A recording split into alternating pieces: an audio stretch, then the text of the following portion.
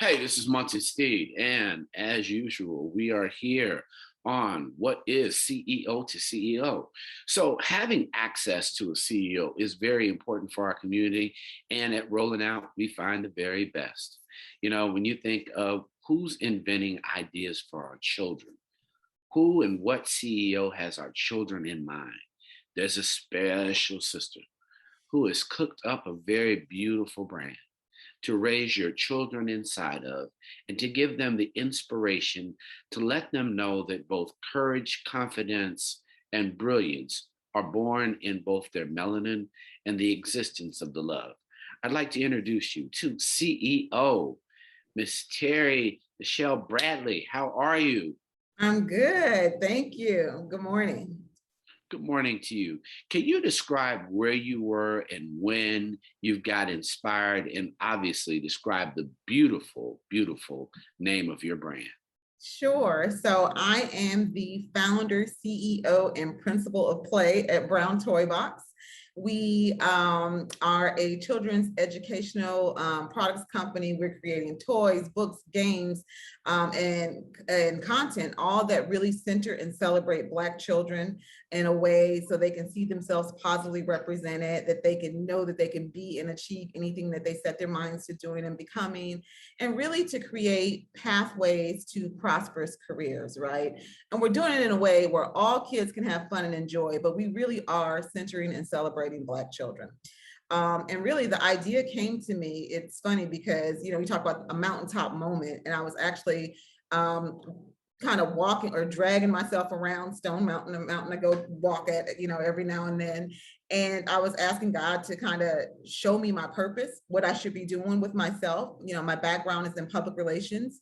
And I've been working with brands who really wanted to build relationships with the African-American community, particularly moms, gatekeeper of the home.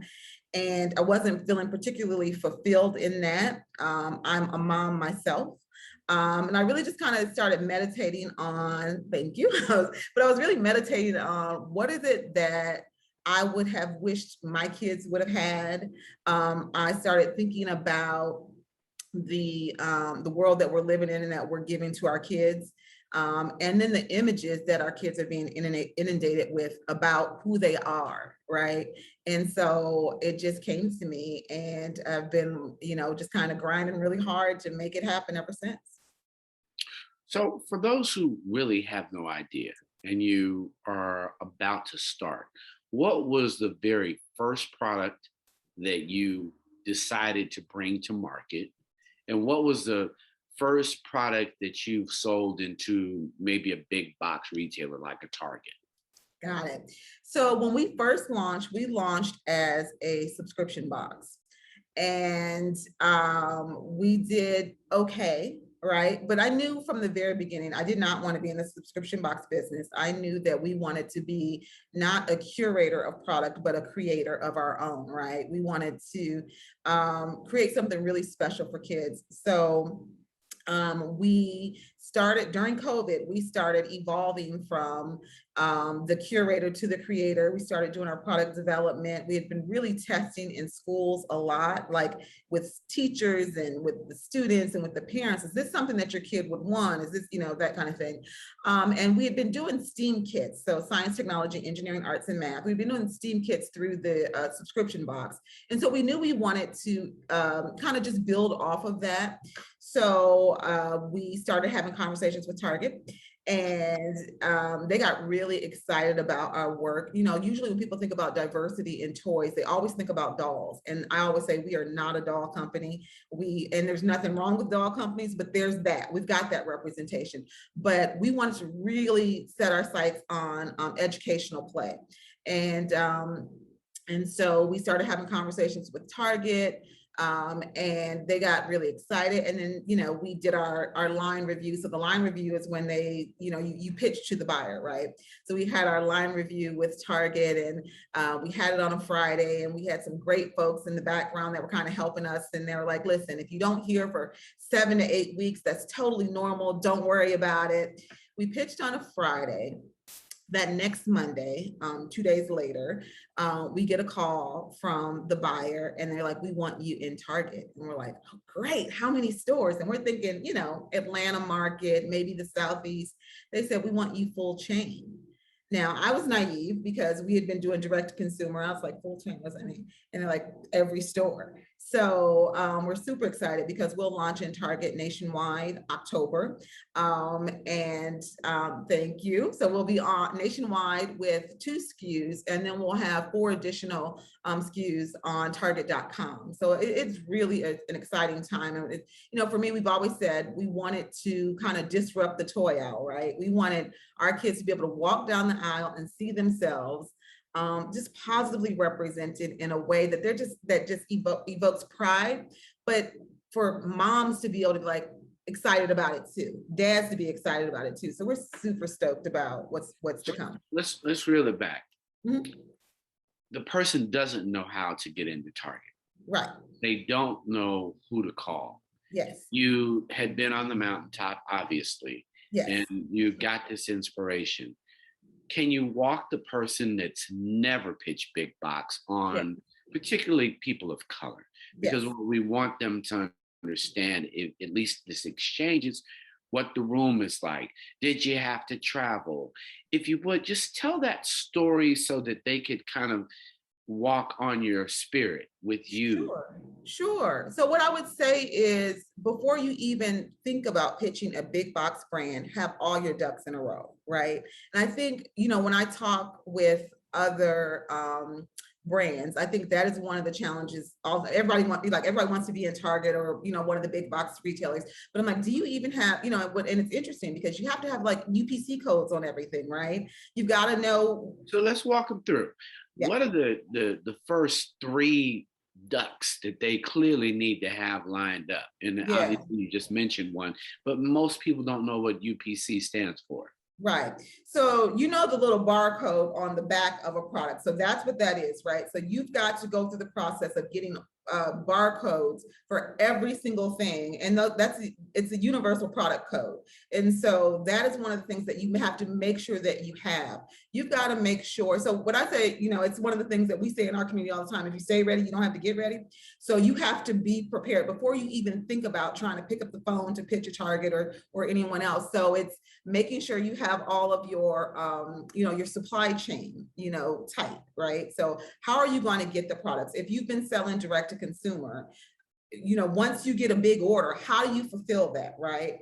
A lot of times when you go into a big box, you have to change your packaging, right? Are you prepared to be able to do that?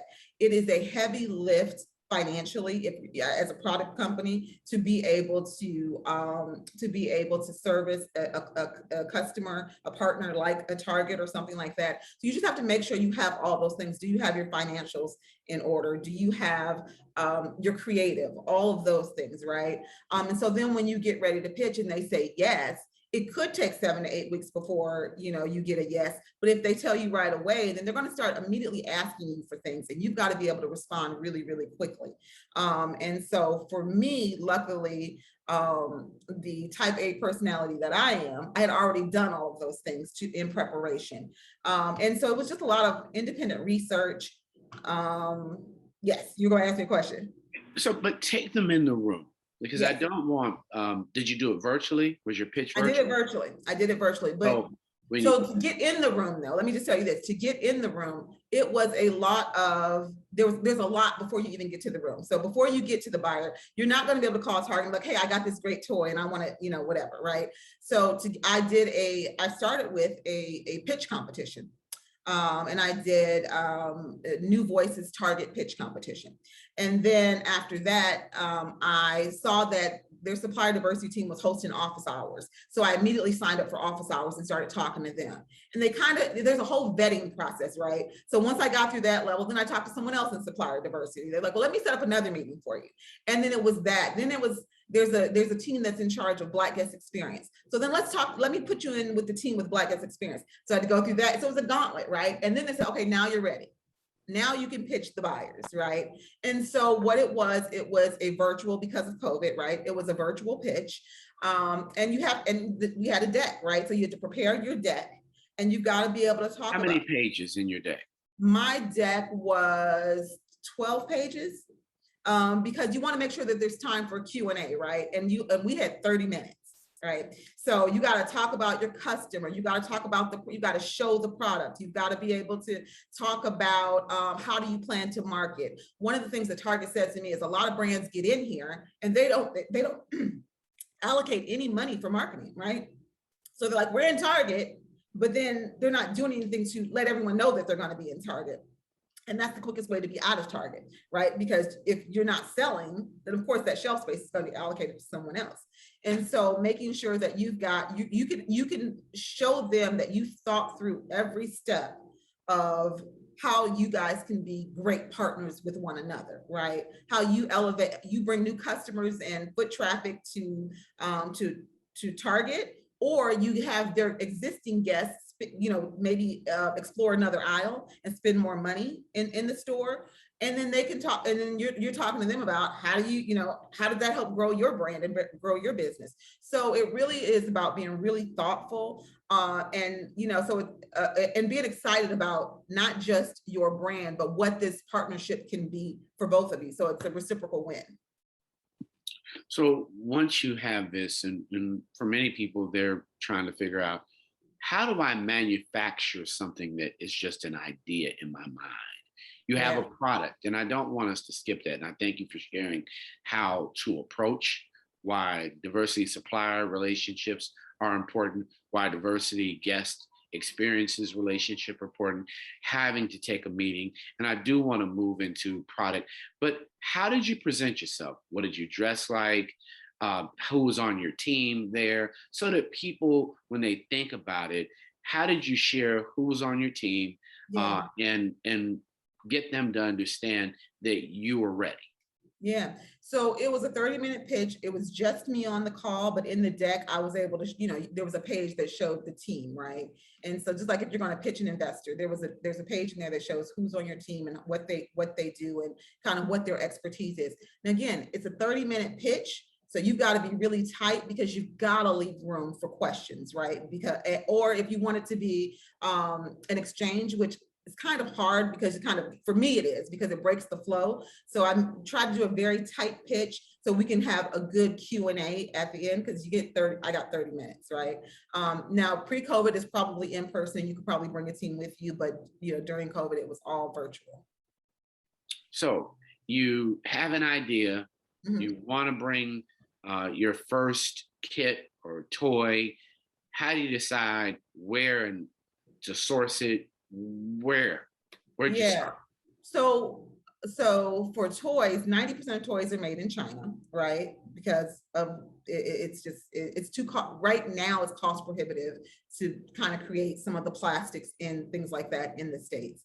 And hopefully that's changing, but right now. So I am also the chapter chair for Women in Toys. So I have kind of an in, right, with talking with folks that are in the industry, like where's the best manufacturer? Who should I work with? How can I trust? I had also already had a toy designer on my team. And so my toy designer is out of New York. We'd already designed everything. So when Target said, hey, we want you to change your packaging, we were prepared for that, right?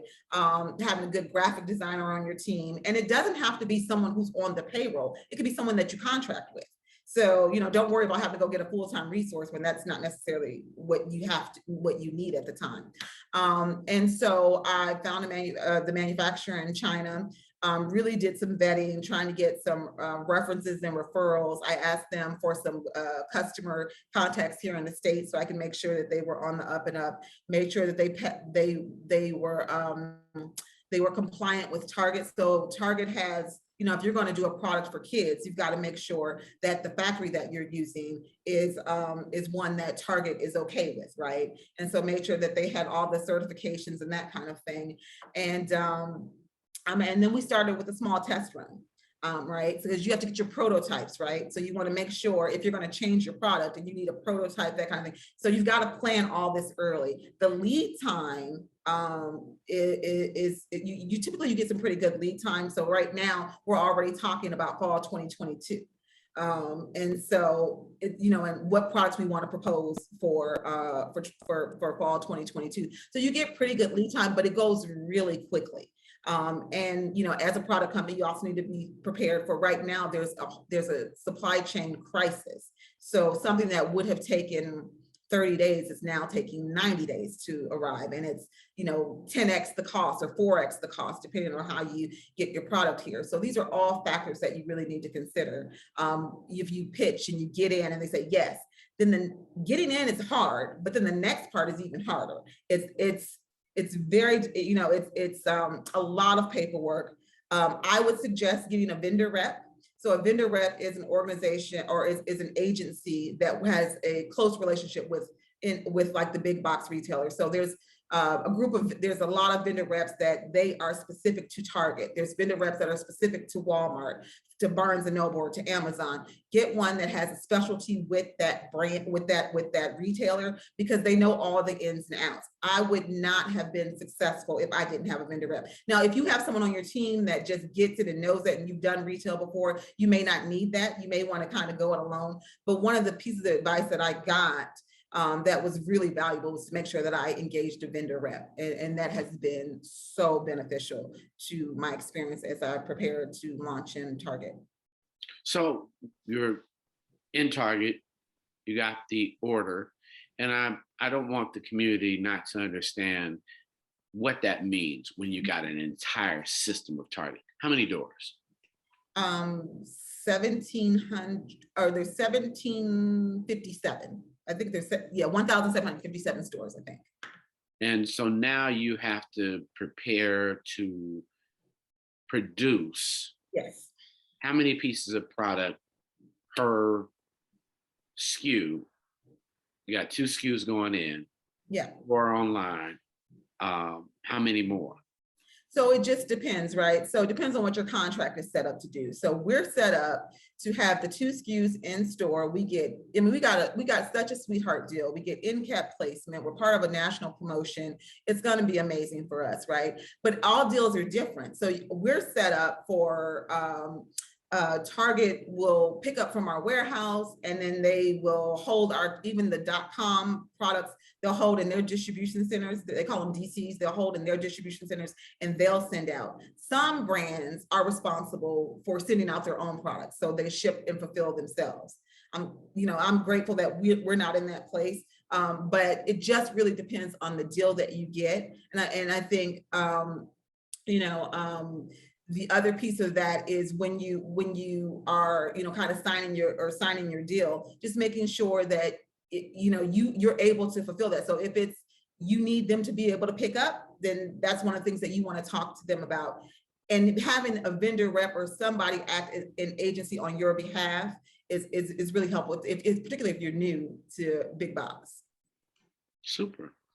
Well, I love the fact that you shared and given us so much insight as CEO. Just lastly, can you describe and tell the community what they need to do in order to support you as a CEO and your brand? Because I want them to know and be sure that they do support you. Absolutely. So obviously, we're going into Target and we want to sell out of everything. So we launched end of October, right in time for the holidays. So we would love for you to go in and support, buy some Brown Toy Box products. There's a Dre astronomy kit, little boy with a fade, little boy behind me. When have you seen a little boy with a fade at Target? Like, come on. And then Maya Cody and app development in the store. And then there's 4on.com. And then just tag and share, and just be as loud as possible about it, really, because that's what we need. Because what I do know for sure is I am a test case, right? If I do well, it opens the doors for other Black toy brands to come in as well. And so for me, I carry that on my shoulders, and I'm very aware of that, and I plan to knock it out the park, and I would love everyone's support. Hey everybody, this is Munson Steed, and we are with the phenomenal toy genius who is playful all the way, and we want to make sure that Brown Box Toys is supported this holiday. Let's go in early. Let's support her. I'm Munson Steed, and this is CEO Terri Nichele Bradley. Thank you so much, Terri, for giving us insight on how to do and present a company, toys, an idea, bring them to market. We love you. We support you here at Rolling Out. Peace. Thank you.